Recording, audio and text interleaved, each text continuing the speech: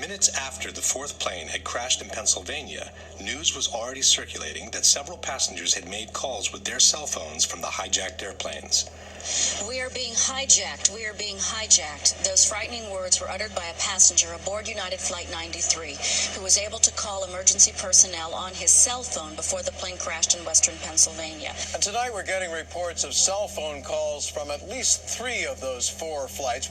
On the second flight that came out of Boston, that was the second flight of the day and also went into one of the Twin Towers of the World Trade Center, there was a businessman who got off 2 cell phone calls to his father. CNN commentator Barbara Olson, wife of U.S. Solicitor General Ted Olson. She reportedly called her husband twice on a mobile phone to tell him her plane was being hijacked. The problem is that in 2001, it was practically impossible to make a call with a cell phone from an airplane at cruising altitudes.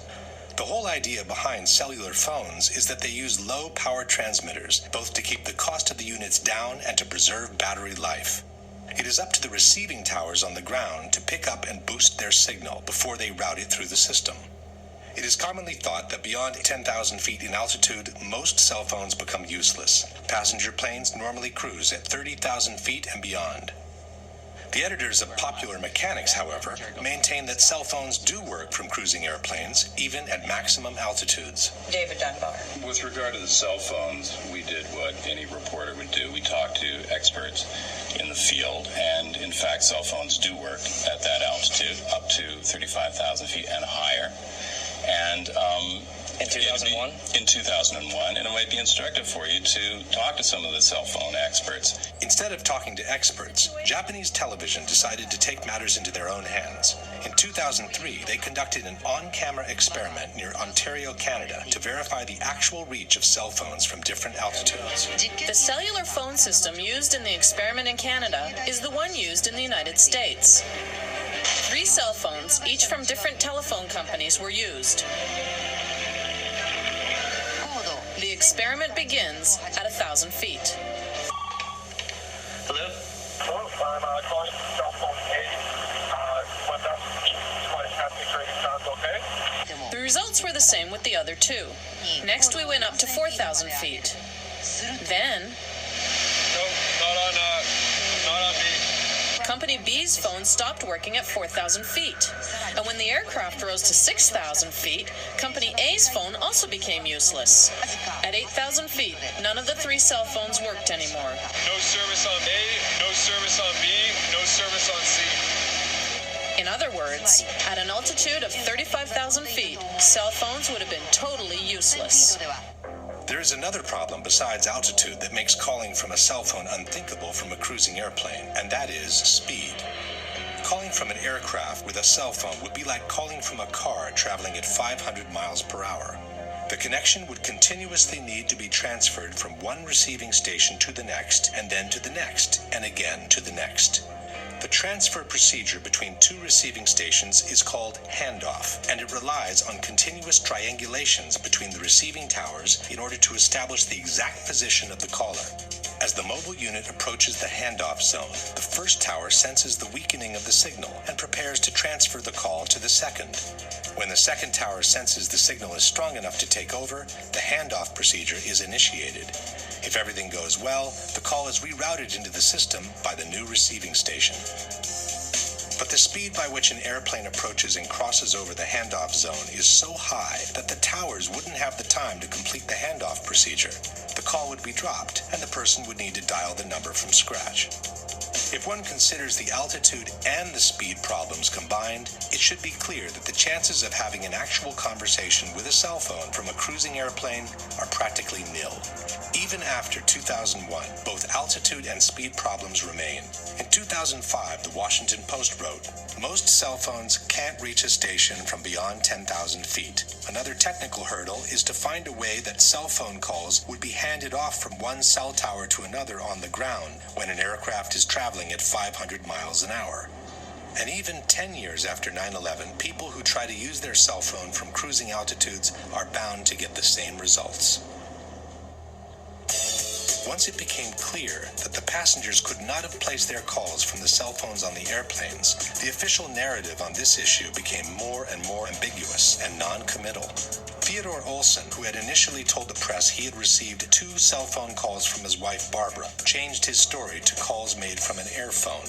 And by the time the 9/11 Commission published their final report, only one mention on the cell phone calls remained. Shortly thereafter, wrote the Commission, passengers and flight crew began a series of calls from GTA airphones and cellular phones. No indication on which calls were made from cell phones and which ones with airphones was given.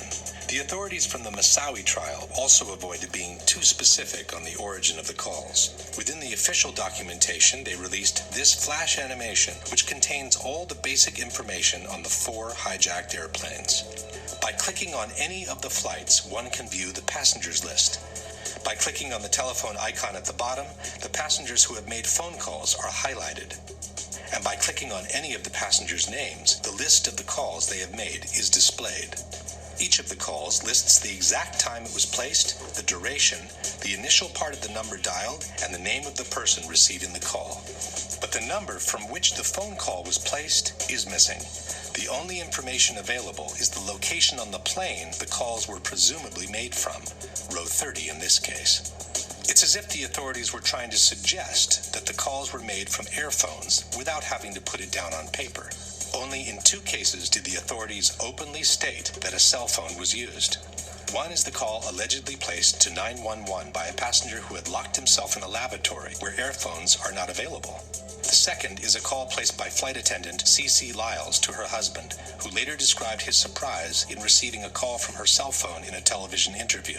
Once the phone got disconnected, then I sat up in the bed it was like I just woke up. I'm like, was that a real call? So I looked at the caller ID and noticed that it was a call, and it was from her cell phone. And I'm like, okay, wait a minute.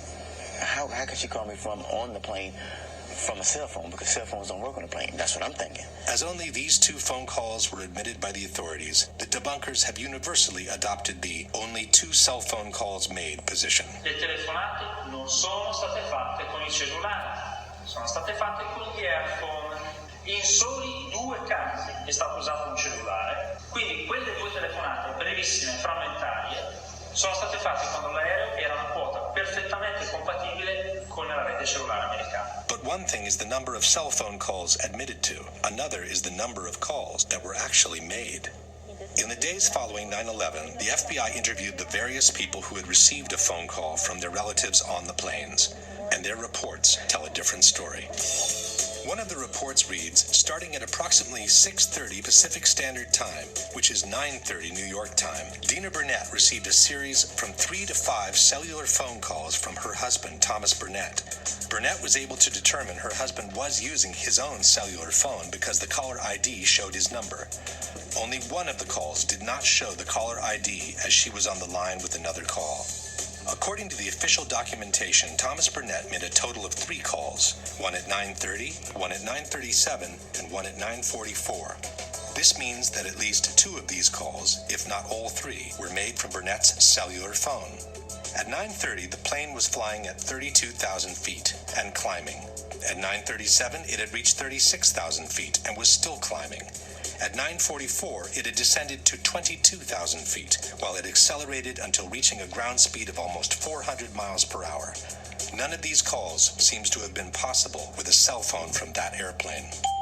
According to another report, United 93 passenger Jeremy Glick saw hijackers on the plane, used a cell phone, and called Makeley, his stepmother, to report the hijacking. He then asked to talk to his wife, Lisbeth. And he was on the phone, and he had told me that his plane had been hijacked. According to the FBI, Glick's wife, Lisbeth, could not hear any unusual sounds in the background of the call, and the connection was extremely clear, as if he was calling from the next room. Cell phone communication was lost at 9:55. Glick placed the call at 9:37, which means the communication lasted uninterrupted for 18 minutes while the plane was flying between 39,000 and 10,000 feet at an average speed of almost 400 miles per hour. Only a miracle could have kept that connection open for all that time had the call truly been placed from the airplane in flight. Lauren Grancolas possessed a cellular phone and is believed to have allowed another passenger, Honor Wainyo, to use the cellular phone. Wainio placed one call to her parents at 9:53 when the plane was at about 10,000 feet, traveling close to 400 miles per hour. Elsa Strong received a cell phone call from her sister, Lisa Gronlund, a passenger on United 93. Gronlund made the call to her sister at 9:46 when the plane was at 17,000 feet and traveling at almost 400 miles per hour.